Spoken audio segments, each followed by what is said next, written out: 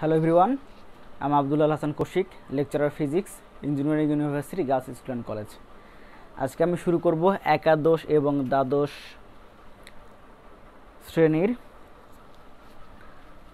Physics প্রথম পত্রের সরল সন্ধিত স্পন্দন অধ্যায় 8। এটা হচ্ছে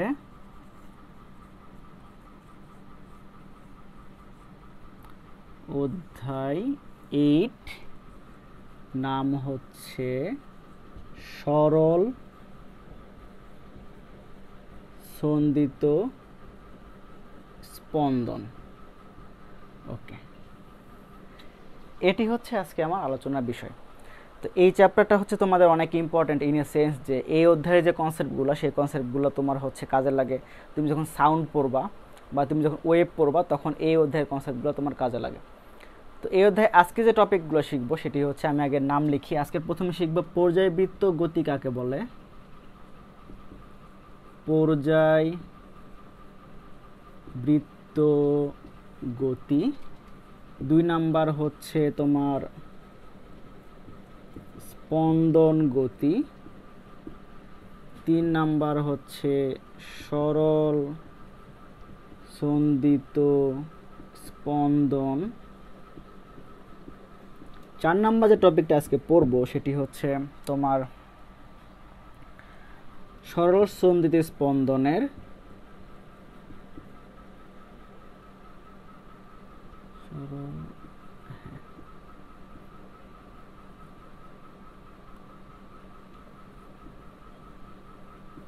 সন্ধিত স্পন্দনের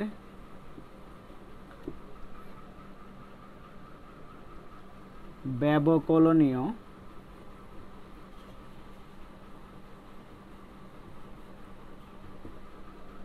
সমীকরণ।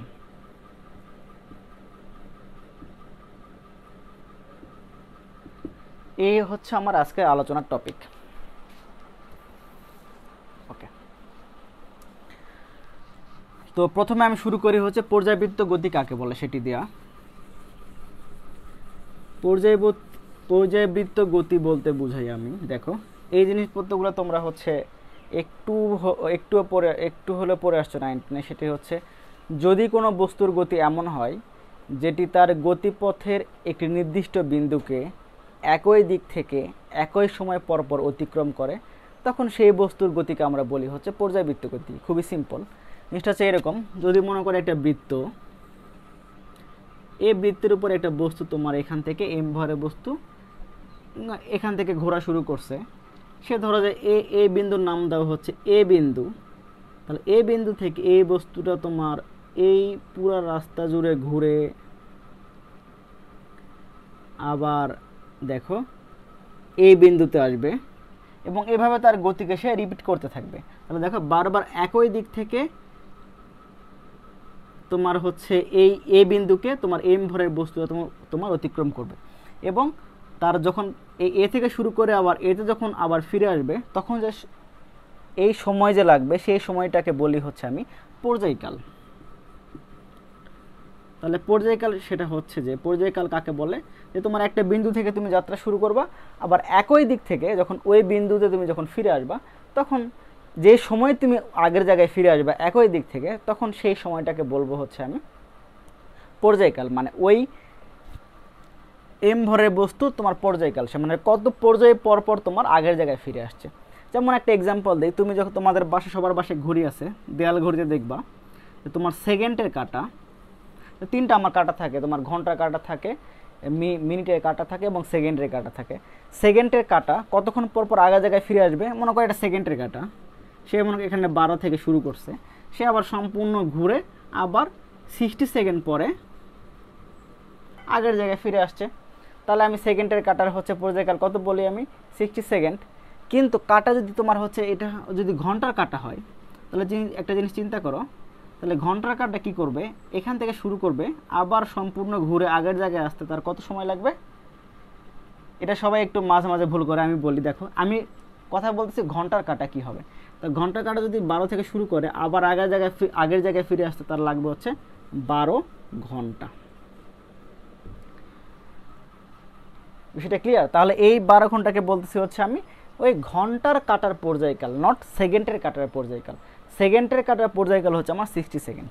তো এই ধরনের গতি, যে গতি হচ্ছে যে, আবার বলি, কোনো বস্তুর গতি যদি এমন হয় তাহলে সে তার গতিপথের একটি নির্দিষ্ট বিন্দুকে একটি নির্দিষ্ট সময় পর পর একই দিক থেকে অতিক্রম করবে, সেই ধরনের গতিকে বলবো আমরা হচ্ছে পর্যায়বৃত্ত গতি। এটাকে আমরা বলবো হচ্ছে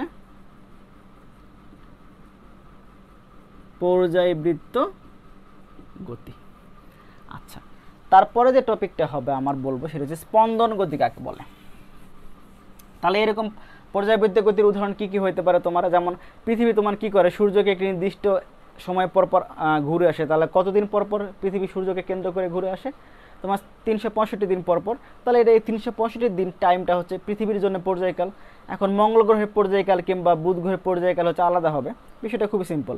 আবার হচ্ছে যে কোনো গ্রহের গতি হচ্ছে এরকম, তার আমার হচ্ছে পর্যায়বৃত্ত গতি। 2 নম্বর যে টপিকটা থাকবে সেটি হচ্ছে আমার স্পন্দন গতি কাকে বলে। স্পন্দন গতি,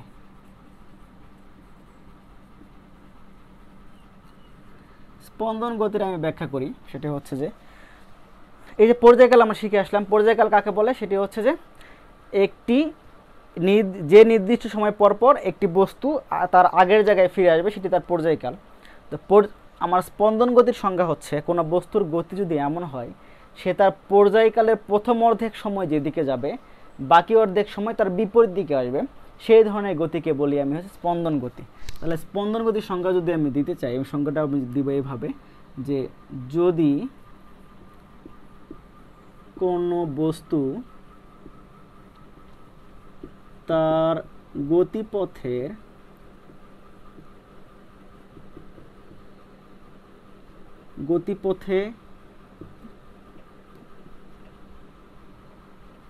কোনো বস্তু তার পর্যায়কালের পর্যায়কালের প্রথম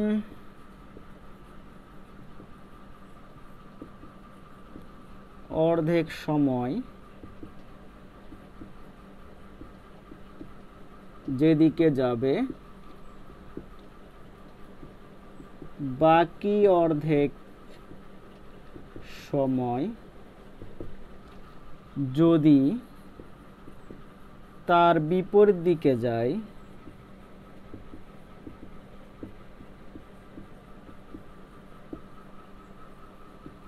তখন সেই বস্তুর গতিকে স্পন্দন গতি বলে। বিষয়টা কিরকম আমরা একটু এক্সাম্পল দিই। তোমরা সবাই হচ্ছে পেন্ডুলাম দেখছো, মানে সরল দোলক দেখছো। এটি হচ্ছে যে এভাবে তোমার হচ্ছে অসিলেশন দেয়। বিষয়টা হচ্ছে এরকম। আচ্ছা, আমি হচ্ছে সংজ্ঞাটা মুছে দিব, তোমরা আবার দেখো। আমি আবার বলি, যদি কোনো বস্তু তার পর্যায়কালের প্রথম অর্ধেক সময় যেদিকে যাবে, বাকি অর্ধেক সময় তার বিপরীত দিকে যায়, তখন সেই বস্তুর গতিকে বলি আমরা হচ্ছে স্পন্দন গতি। ওকে, তাহলে আমি এটা মুছে দিলাম। তাহলে দেখো, যেমন একটা যদি আমি দোলক নেই, মানে সরল দোলক কীভাবে কাজ করে? তোমার সুতার মাথায় তোমার হচ্ছে একটা এম ভরের একটা বস্তু তোমার ঝুলানো থাকে, সেটাকে আমরা বব বলি। তো সরল দোলক কী হয়, তুমি যদি এখানে টেনে এনে যখন ছেড়ে দিবা, মনে করো তুমি এখান থেকে ছেড়ে দেওয়া, টেনে এনে সেইখান থেকে যাত্রা শুরু করে সে কী করবে, এই পর্যন্ত আসবে, আবার সে দেখো এই জায়গায় ফিরে আসবে। তো এইভাবে তার অসিলেশন দিতেই থাকবে। তাহলে দেখো, তো এখান থেকে যদি যাত্রা শুরু করে, মনে করো এ বিন্দু থেকে, সে এ বিন্দু থেকে যখন সে বি বিন্দুতে আসবে, আবার ঘুরে যখন এই বিন্দুতে আসবে, এই সময়টা পর্যায়কাল। কারণ আমি পর্যায়কালের সংজ্ঞা কী দিয়েছিলাম, যেখান থেকে শুরু করবে আবার আগের জায়গায় ফিরে আসবে।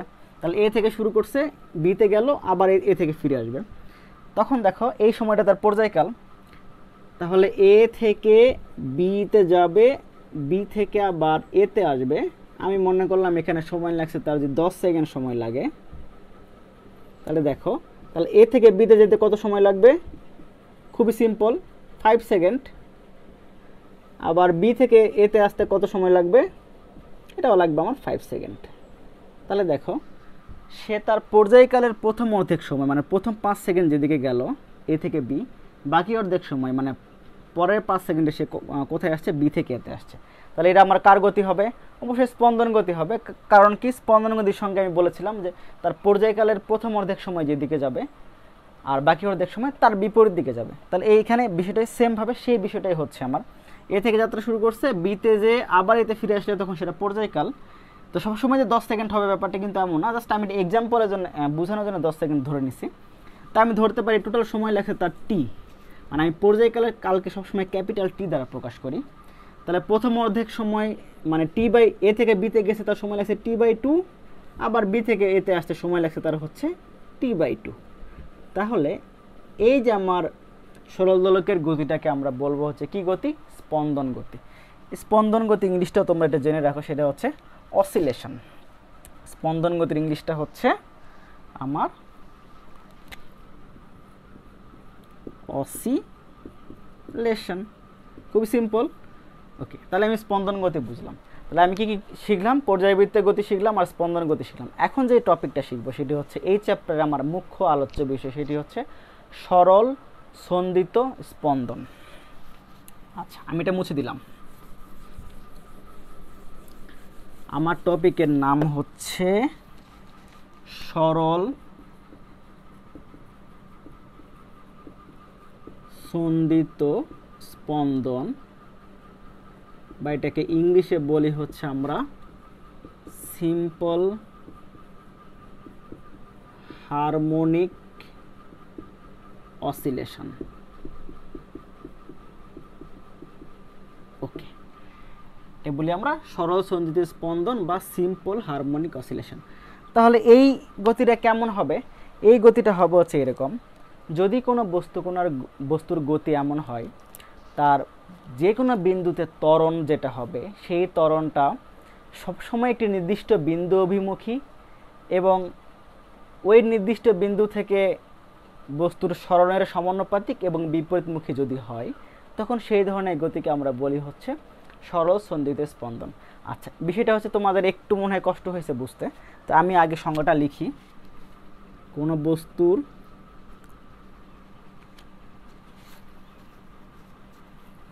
হচ্ছে, যদি আমি সংজ্ঞা লিখি হচ্ছে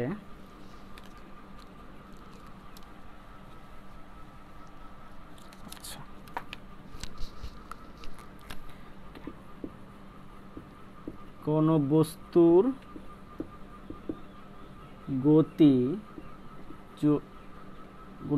গতি যদি এমন হয় যে তার গতিপথের যে কোনো বিন্দুতে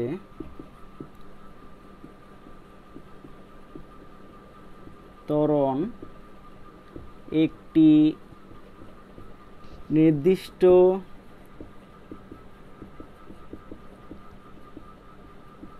বিন্দুগামী এবং ওই নির্দিষ্ট বিন্দু থেকে সরণের সমানুপাতিক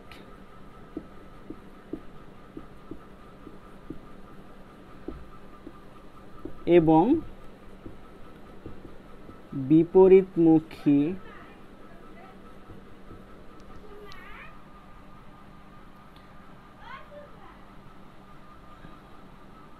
থেকে সরণের বিপরীতমুখী হয়, তাহলে সেই বস্তুর গতিকে সরল সন্দিত স্পন্দন বলে। আচ্ছা, আগে তোমার সংজ্ঞাটা লিখো, আমি পরে বোঝাচ্ছি। এখানে একটা জিনিস তোমাদের হচ্ছে অনেকের কনফিউশন থাকে, সেটি হচ্ছে যে ত্বরণ যখন আমার ত্বরণ এবং সরণ যখন বিপরীতমুখী হবে তখন অ্যাকচুয়ালি কি ঘটে, এই জিনিসটা হচ্ছে তোমরা গতিবিদ্যায় পড়ে আসছো। জিনিসটা হচ্ছে আমি আবার এখানে দেখাবো। সেটি হচ্ছে যে ওকে, তাহলে সংজ্ঞাটা আমি আবার বলি। কোনো বস্তুর গতি যদি এমন হয় যে তার গতিপথের যে কোনো বিন্দুতে ত্বরণ একটি নির্দিষ্ট বিন্দুগামী এবং ওই নির্দিষ্ট বিন্দু থেকে সরণের সমানুপাতিক এবং বিপরীতমুখী হয়, তাহলে সেই বস্তুর গতিকে সরলসন্ধিত স্পন্দন বলে। তাহলে আমি আগে এটা মুছে দিলাম। ওকে, এখন ব্যাখ্যা করি।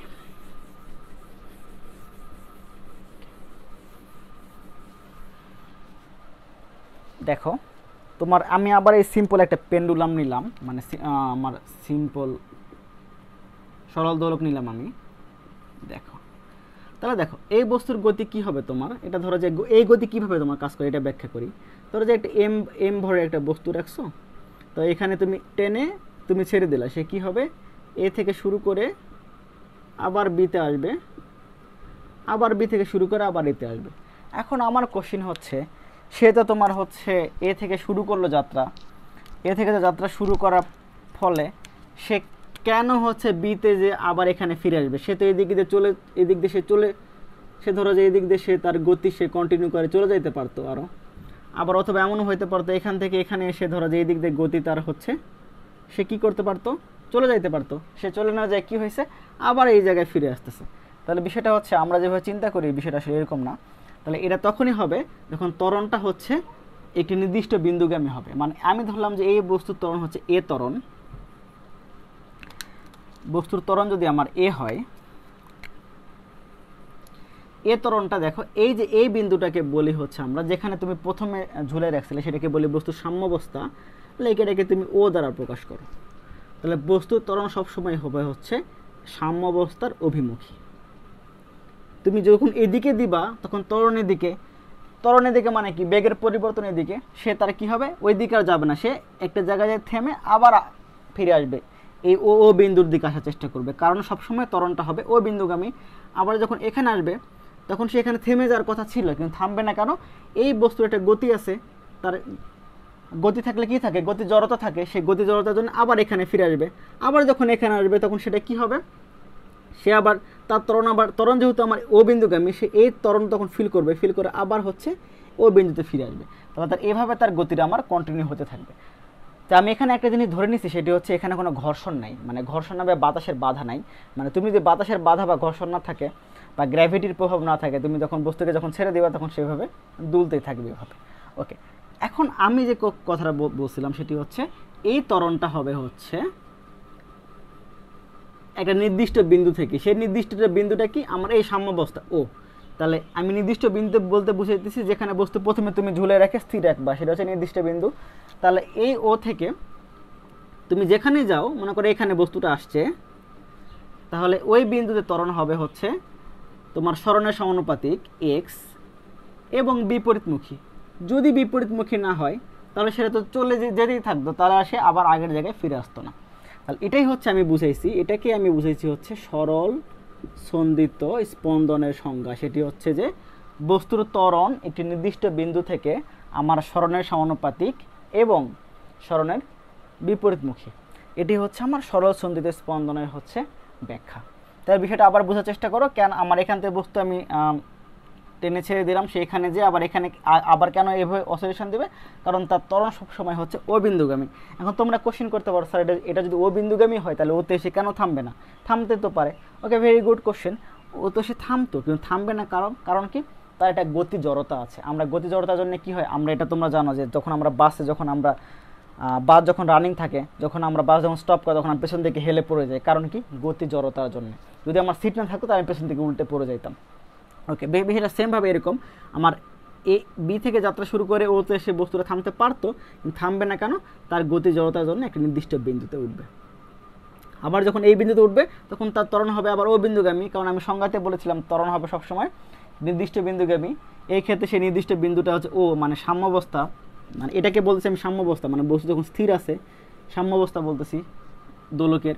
তাহলে আবার যখন এ থেকে ও বিন্দুতে আসবে তখন সে কি করবে, সে তো থামার কথা, কিন্তু না থেমে কি হবে, গতি জড়তার জন্য সে আবার উপর দিকে উঠবে, উঠে বা বি বিন্দুতে যাবে। তাহলে এইভাবে সে তার অসিলেশন কন্টিনিউ করতে থাকবে। তাহলে এই ধরনের গতিকে আমরা বললাম হচ্ছে সরল সন্ধিত স্পন্দন। তার কন্ডিশন হচ্ছে ত্বরণ হবে আমার সরণের সমানুপাতিক এবং বিপরীতমুখী। ওকে, আমি এই টপিকটা শিখলাম। এখন কথা হচ্ছে এরকম, এটা তো আমার পেন্ডুলামের গতি গেল। তো অসংখ্য গতি আছে, এরকম বস্তুর গতি আছে দুনিয়াতে, তারা হচ্ছে আমার এই কন্ডিশন ফলো করে। এখন এই কন্ডিশন ফলো যদি করে, সেই ধরনের বস্তুর গতিকে আমরা বলবো হচ্ছে সরল সঞ্চিত স্পন্দন। তাহলে এই বস্তুর গতি একটা ইকুয়েশন ফলো করবে। যেসব বস্তুর গতি হচ্ছে আমার সরল সঞ্চিত স্পন্দন, তারা একটি ইকুয়েশন বা সমীকরণ ফলো করবে। সেই সমীকরণটাই আমরা এখন দেখব কোন ধরনের সমীকরণ ফলো করে। কারা ফলো করে? সব বস্তুর গতি আমার সরল সঞ্চিত সম্পন্ন গতি, সেই ধরনের বস্তুর গতি যে ইকুয়েশনটা ফলো করে, সেই ইকুয়েশনটা আমরা দেখার চেষ্টা করব। ওকে, তাহলে আমি এটা মুছে দিলাম। তাহলে যদি আমি ইকুয়েশন এখন দেখতে চাই, তাহলে আমি সরল সঞ্চিত স্পন্দনের যে কন্ডিশন সেখান থেকে শুরু করি। সেটা আমার কি ছিল? এ সমানুপাতিক -x। এখন ত্বরণ যদি আমার হচ্ছে সরণের সমানুপাতিক এবং বিপরীতমুখী হয়, তাহলে বলও আমার সেই সেম জিনিসটাই হবে। কারণ কি, বলের সাথে বল সমান সমান কি এফ ইন্টু এ, এম তো আমার ধ্রুবক, তাহলে এ যার সমানুপাতিক এফও তার সমানুপাতিক হবে। ব্যাপারটা খুবই সিম্পল। তাহলে আমি লিখতে পারি এফ সমানুপাতিক -x। এখন তোমরা সবাই জানো যে সমানুপাতিক সাইন থাকলে আমরা কি করতে পারি? সমানুপাতিক সাইনটা উঠে একটা সমানুপাতিক ধ্রুবক লিখতে পারি। ওকে, তাহলে আমরা লিখতে পারি হচ্ছে, যদি আমার যদি আমার এরকম হয় এ সমানুপাতিক বি যদি আমার কোথাও থাকে, তাহলে সেটাকে আমরা কি লিখতে পারি? এ ইকুয়াল কে বি। এই ক্ষেত্রে আমার সেম কাজটাই করব। দেখো, এই ক্ষেত্রে আমি সেটা করব এফ সমান সমান -kx। এই ইকুয়েশনটা তোমরা দেখে আসছো, কোন জায়গায় দেখে আসছো একটু মনে করার চেষ্টা করো। যখন তোমরা হচ্ছে স্প্রিংয়ের গতি যখন পড়ছিলে, তখন সেম ধরনের ইকুয়েশন তোমরা পাইছিলাম। ওকে, আমি এটা আসবো কেন স্প্রিংয়ের গতির ইকুয়েশন আর আমার সরল সঞ্চিত স্পন্দনের ইকুয়েশন আমার সেম হইলো, বা সেম ধরনের ইকুয়েশন ফলো করতেছে এখানে, এটা আমরা হচ্ছে যখন স্প্রিং পড়াবো তখন আমরা একটু ভালো করে দেখবো। ওকে, তাহলে দেখো এফ সমান সমান কি লেখা যায়? M A. এটা খুবই এলিমেন্টারি ইকুয়েশন, তোমরা 19 থেকে জেনে আসছো। এখন যে জিনিসটা আমি করব, এ কে আমি লিখবো। দেখো, এ সমান তোমরা জানো যে একটি ইকুয়েশন তোমরা ছোটবেলা থেকে পড়ে আসছো। দেখো, এটা একটু ভালো করে খেয়াল করো। তোমরা এ সমান সমান জেনে আসছো হচ্ছে v/t, মানে ত্বরণের সংজ্ঞা ছিল কি? বেগের পরিবর্তনের হার। আবার ভি সমান পড়ে আসছে হচ্ছে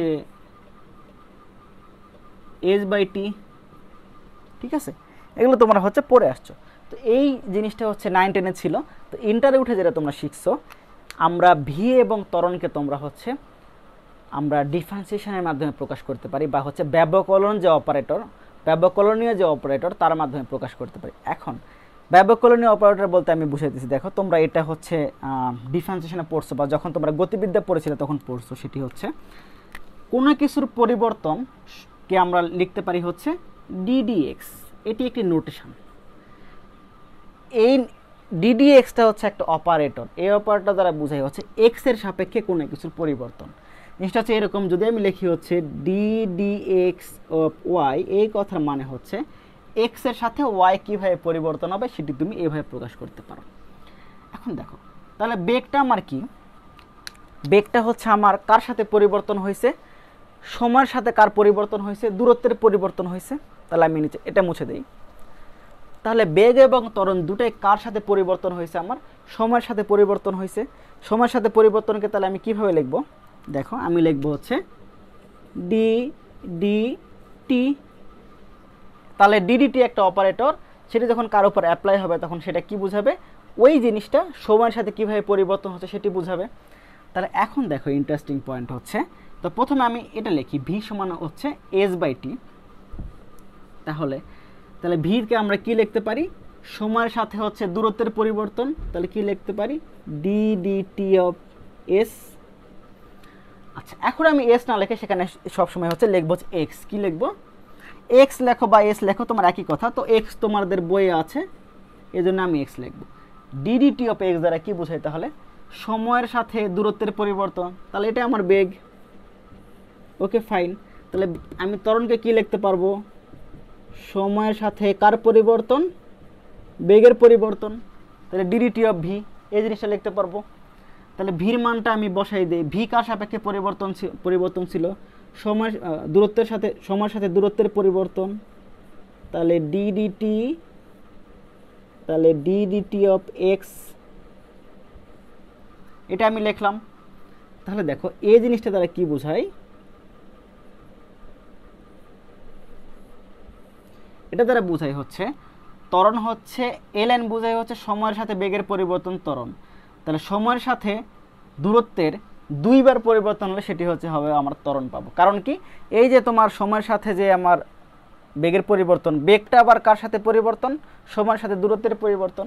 তো আমি চাইতেছিলাম ত্বরণকে আমি দূরত্বের সাথে কিভাবে পরিবর্তন নিলে ত্বরণটা পাবো, মানে দূরত্বের সাথে সময়ের সাথে দূরত্বের পরিবর্তন হলে কিভাবে আমি ত্বরণ পাবো সেটা আমি হচ্ছে বের করলাম এখানে। তো এইখানে আমি দেখো তোমরা এটাও দেখে আসছো, যখন তোমরা ম্যাথে যখন করে আসছিলা, কোনটা করে আসছিলা আমি একটু বুঝাই, সেটি হচ্ছে যে যখন তোমরা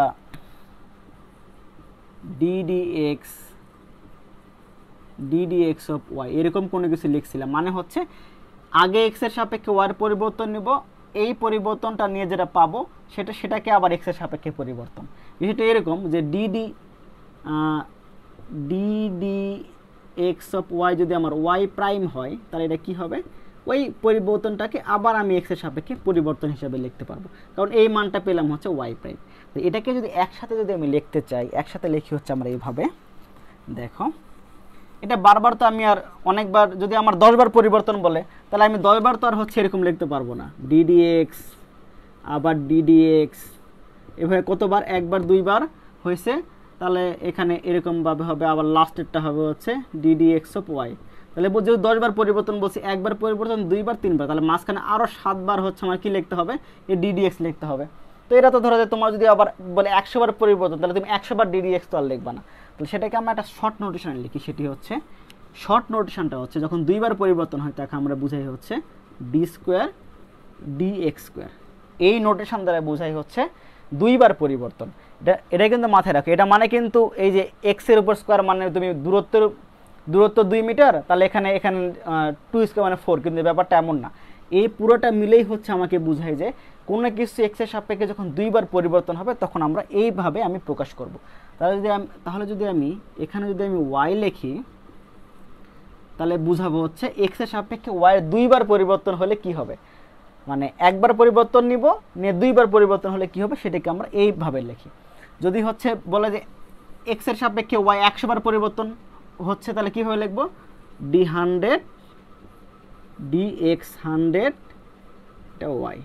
জাস্ট এটা একটা ম্যাথমেটিক্যাল নোটেশন যে এক্স এর সাপেক্ষে কতবার পরিবর্তন হবে, এটা আমি বারবার ddx না লিখে আমি এই যে এখানে বসাবো, এটা দিয়েই বুঝবো হচ্ছে এক্স এর সাপেক্ষে কতবার পরিবর্তন হয়েছে সেটা। তাহলে দেখো, তাহলে ত্বরণটা আমার কি হচ্ছে, ত্বরণটা হচ্ছে আমার এক্স এর সাপেক্ষে দুইবার পরিবর্তন, সময়ের সাথে এক্স এর দুইবার পরিবর্তন হলে আমি কি পাচ্ছি, ত্বরণ পাচ্ছি।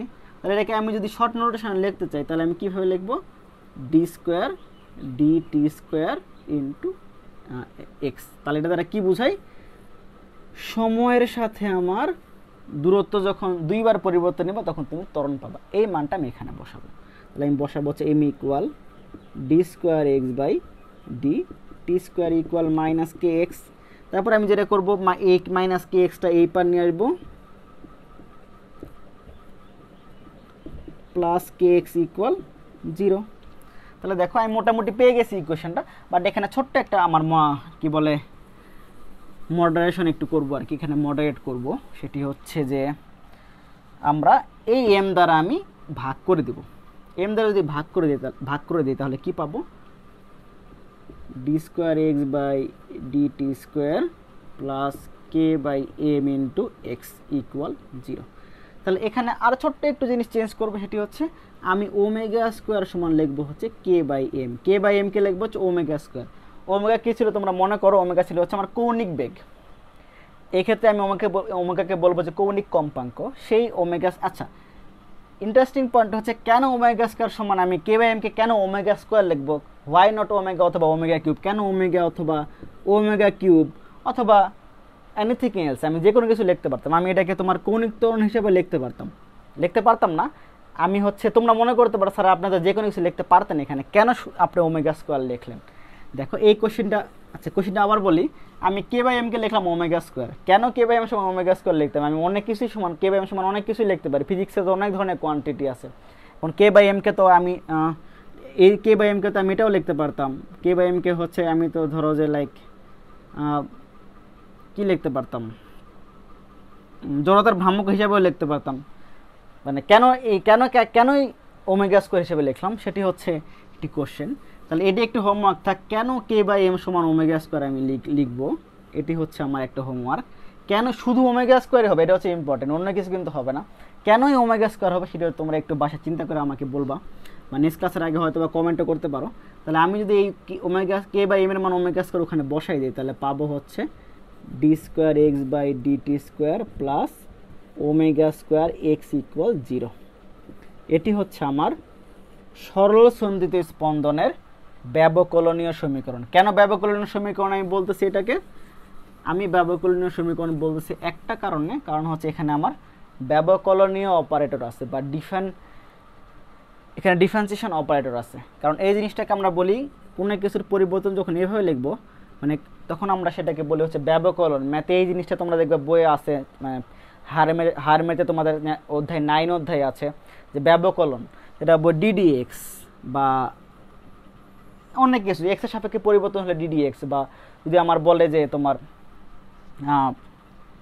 ভির সাপেক্ষে পরিবর্তন তাহলে তুমি কী লিখবা ডিডি ভি, ঠিক আছে, এটা তোমার ডিপেন্ড করে। তো এই ধরনের অপারেটরকে বলি হচ্ছে আমরা ব্যবকলনীয় অপারেটর বা হচ্ছে ডিফারেন্সিয়েশন অপারেটর আর কি। তাহলে এই অপারেটরগুলো যেহেতু আমার এখানে আমার একটা ব্যবকলনীয় অপারেটর এখানে যুক্ত আছে, এজন্য হচ্ছে আমি বলতেছি হচ্ছে এই ইকুয়েশনটা হচ্ছে ব্যবকলনীয় ইকুয়েশন। তাহলে কার ব্যবকলনীয় ইকুয়েশন বের করলাম, যে বস্তুর গতি আমার সরল সন্ধিত স্পন্দন বিশিষ্ট, সেই বস্তুটা আমার একটা ইকুয়েশন ফলো করবে, সেই ইকুয়েশন হচ্ছে এইটা। এটা হচ্ছে মোস্ট ইম্পর্ট্যান্ট, এটা হচ্ছে তোমরা খুব বেশিভাবে একটু মাথায় ঢুকাও। তাহলে এটা কোন ইকুয়েশন, যেসব বস্তুর গতি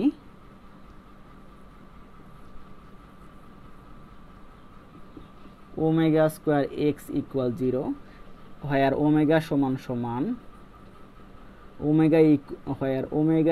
ওমেগা স্কোয়ার হচ্ছে কে বাই এম। এইটা হচ্ছে কার গতি, যেসব বস্তু আমার সরল সন্ধিত গতিসম্পন্ন বস্তু, সেই সব বস্তু আমার এই ইকুয়েশন ফলো করবে। প্রত্যেকটা বস্তু যার গতি আমার সরল সন্ধিত স্পন্দন গতিসম্পন্ন, প্রত্যেকটা বস্তু আমার এই ইকুয়েশন ফলো করতে আমার বাধ্য। এটা হচ্ছে ইম্পর্ট্যান্ট। তাহলে এবং এটাকে কেন ব্যবকলনীয় ইকুয়েশন আমি বলতেছি, এখানে হচ্ছে আমার একটা ব্যবকলনীয় অপারেটর আছে, মানে ডিডিটি আছে এখানে, বা ডি স্কোয়ার ডিটি স্কোয়ার আছে। ডি স্কোয়ার ডিটি স্কোয়ার মানে হচ্ছে আমি বুঝাচ্ছি D square DT square X, মানে বুঝাচ্ছি আমি যে এক্স এর সময় সাপেক্ষে এক্স এর আমার দুইবার পরিবর্তন নিলে হচ্ছে আমি এটা পাবো, ঠিক আছে, দুইবার পরিবর্তন। আর ওমেগা স্কোয়ার মানে হচ্ছে কে বাই এম। একটা কোশ্চেন আমি বলেছিলাম ওয়াই হচ্ছে ওমেগা স্কোয়ার সমান K by M, omega square equal K by M, এটা হচ্ছে হোয়াই, এটা কেন, এটা একটা কোশ্চেন তোমাদের, দেখো তোমরা পারো কিনা, নাহলে আমি নেক্সট ক্লাসে বলবো। তাহলে দেখো দুইবার পরিবর্তনে অনেকের কনফিউশন থাকতে পারে, তাহলে এটা আমি একটু দেখাচ্ছি। আমার অফিসিয়াল লেকচার আজকে শেষ, সেটি হচ্ছে যে আমার এই কোশ্চেন পর্যন্ত আমার আনা টার্গেট ছিল যে ব্যবকলনীয় একটা সরল সন্ধিত স্পন্দন বিশিষ্ট কোনো বস্তুর গতি, কোনো বস্তু যেই সমীকরণটা ফলো করে সেই সমীকরণটা আমার বের করা, সেটি আমি পেলাম D square DT square X plus omega square X. এই ইকুয়েশন আমি বসাইলে ওই বস্তুর গতি কেমন হবে, অবশ্যই সরল সন্ধিত স্পন্দন। এখন এই ইকুয়েশন থেকে আমি কী কী বের করতে পারি, আমরা বের করে ফেলতে পারি বস্তুর হচ্ছে সরণ কেমন হবে, বস্তুর বেগ কেমন হবে, বস্তুর ত্বরণ কেমন হবে, এই জিনিসপত্রগুলো আমরা এখান থেকে বের করে ফেলতে পারি। আমরা এগুলো নেক্সট ক্লাসে বের করবো। বা বস্তুর পর্যায়কাল কত হবে, বা বস্তুর হচ্ছে আমার কম্পাঙ্ক কত হবে, এই যে আমার ছোটো ছোটো জিনিসপত্রগুলো সেগুলো আমরা এই ইকুয়েশন থেকে বের করে ফেলতে পারি। এজন্য আমরা বলতেছি হচ্ছে এটি আমার সরল সন্ধিত স্পন্দনের হচ্ছে ব্যবকলনীয় সমীকরণ, বা যেসব বস্তুর গতি হচ্ছে সরল সন্ধিত স্পন্দন গতি, তারা এই ইকুয়েশনটা ফলো করবে। তার এই কোশ্চেনের যে সমাধান হবে সেই সমাধান থেকে আমি অনেক কিছু বের করে ফেলতে পারবো। এটা আমার নেক্সট ক্লাসের টপিক।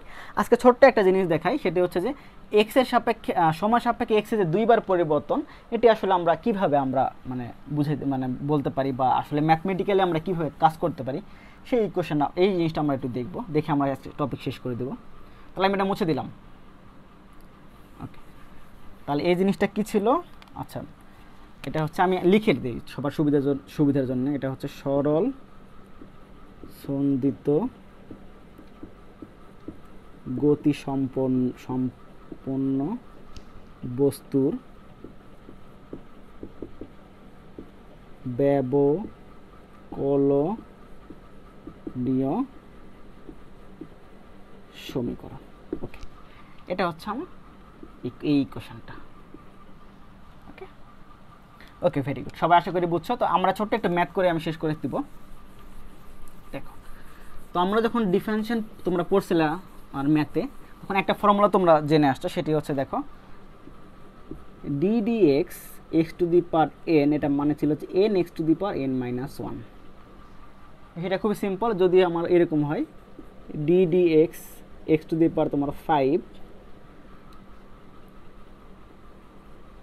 ওকে, তাহলে দেখো এখানে n এর মান কত, n এর মান হচ্ছে 5, এখানে হচ্ছে n ইকুয়াল 5। তাহলে আমার এটা কত হবে, এই ফর্মুলা যদি আমি ইউজ করি তাহলে এই 5টা সামনে আসবে, কারণ n এখানে আমার সামনে আছে, x two the power n এর মান 5 মাইনাস 1, তাহলে পাবো হচ্ছে 5 x টু দি পাওয়ার 4। তাহলে তুমি কি পেলা, ddx x টু দি পাওয়ার 5 সমান পেলা হচ্ছে এটা।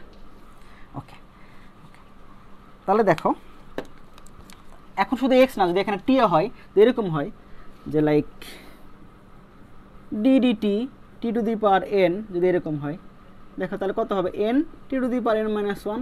এখানে যে কোনো কিছু হতে পারে, আমার সব কিছু ওই সেম জিনিসটা মেনে চলবে। এখন এখানে x দিবা না তুমি t দিবা না, তুমি জাস্ট লাইক তুমি এরকম দিবা, হচ্ছে তুমি যে কোনো কিছু দিতে পারো, তোমার নামও দিতে পারো। লাইক তোমার নাম দেওয়ার কারণ নাম যদি এরকম হয়, লাইক কি নাম হতে পারে, আচ্ছা নাম কাও দেয় না, সবার ইচ্ছা মতো নাম বসে দেবে। আমি তাহলে এখানে নাম লিখি হচ্ছে এখানে তাহলে ডিডিটি, এখানে যে নেম, এখানে টির সাপেক্ষে পরিবর্তন ছিল, এখানে নামের সাপেক্ষে পরিবর্তন নিব। তাহলে যদি এখানে হয় আমার কি বলে, নেম টু দি পাওয়ার মনে করে যদি আমার 100 হয়, তাহলে ফর্মুলা অনুযায়ী কী বসবে, 100 সামনে আসবে, name two the power 100 minus 1, তাহলে হবে হচ্ছে 100 name two the power 99। Name এখানে একটা চলক, ঠিক আছে, এটা খুবই সিম্পল। তো এখন দেখো, ওকে, আমি এটা জাস্ট এটা ফান, বাট এটা হচ্ছে বিষয়টা হচ্ছে এরকমই যে কোনো কিছু পরিবর্তন হলে আমি জাস্ট এই ফর্মুলা আমি ইউজ করতে পারি। তাহলে দেখো আমি ইকুয়েশনে এটা লিখছিলাম D square DT square x.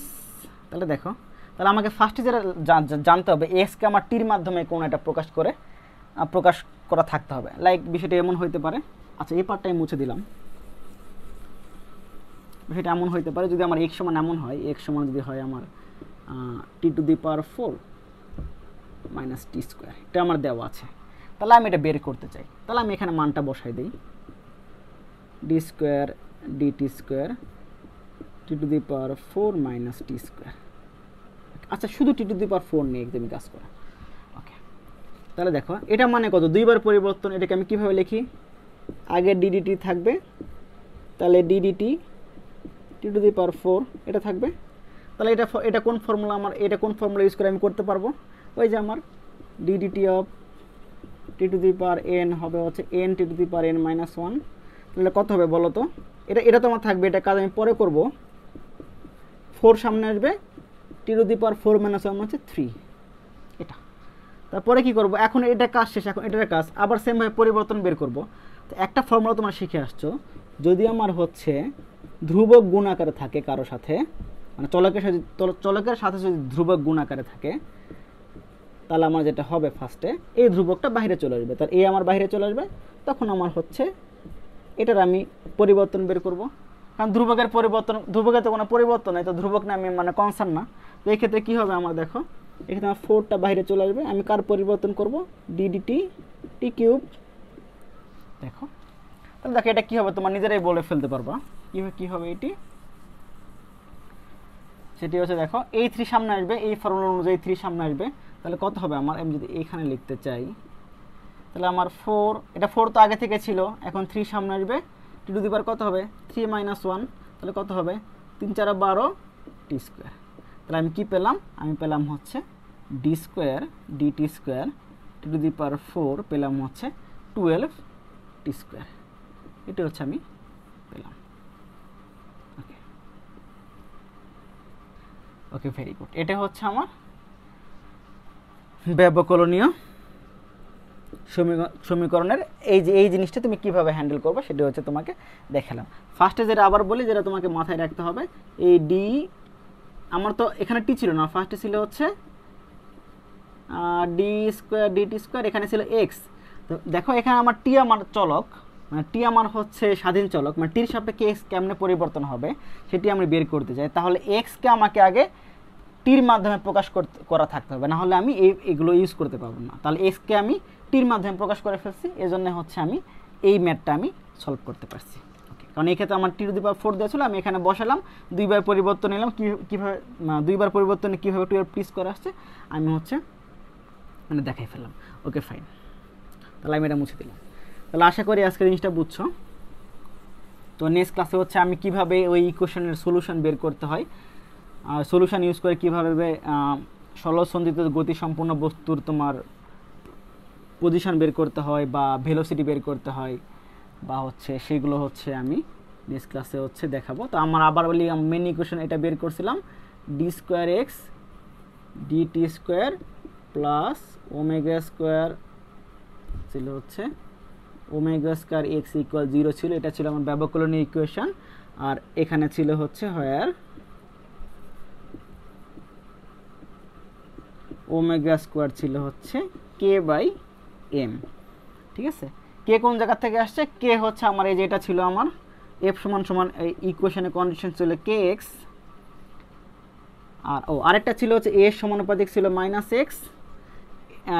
এটা আমার ছিল বেসিক ইকুয়েশন, মানে এখান থেকে আমি এটা নিয়ে আসছি, ডিরাইভ করে নিয়ে আসছি। এটা যদি হয় তাহলে আমি লিখছিলাম হচ্ছে এফ সমানুপাতিক এক্স, তাহলে আমি লিখছিলাম হচ্ছে এফ সমান মাইনাস কে এক্স। তাহলে কে এর ভ্যালু তুমি বের করে ফেলতে পারো। কে সমান তোমরা জানা হচ্ছে শুধু ভ্যালু, মানে আমি মাইনাস সাইনটা অমিট করলাম, K by X, F by X. এটা তোমরা আগেও দেখে আসছো। স্প্রিংয়ের ক্ষেত্রে এটার নাম হয়েছে স্প্রিং ধ্রুবক নাম ছিল। স্প্রিংয়ের ক্ষেত্রে, এই ক্ষেত্রে না, স্প্রিংয়ের ক্ষেত্রে আমি বলছিলাম এক্সটা হচ্ছে, কেটা হচ্ছে স্প্রিং ধ্রুবক। ওকে, তোমরা এগুলো আজকে আমি দেখালাম। তো যাই হোক, আশা করি তোমরা সবাই বুঝছো। ওকে, তো সবাই একটু বাসায় থাকবা করোনার মাঝখানে। তো নেক্সট ক্লাসে আমাদের দেখা হবে, সেই পর্যন্ত হচ্ছে সবাই ভালো থাকো। Till then, stay home, stay safe.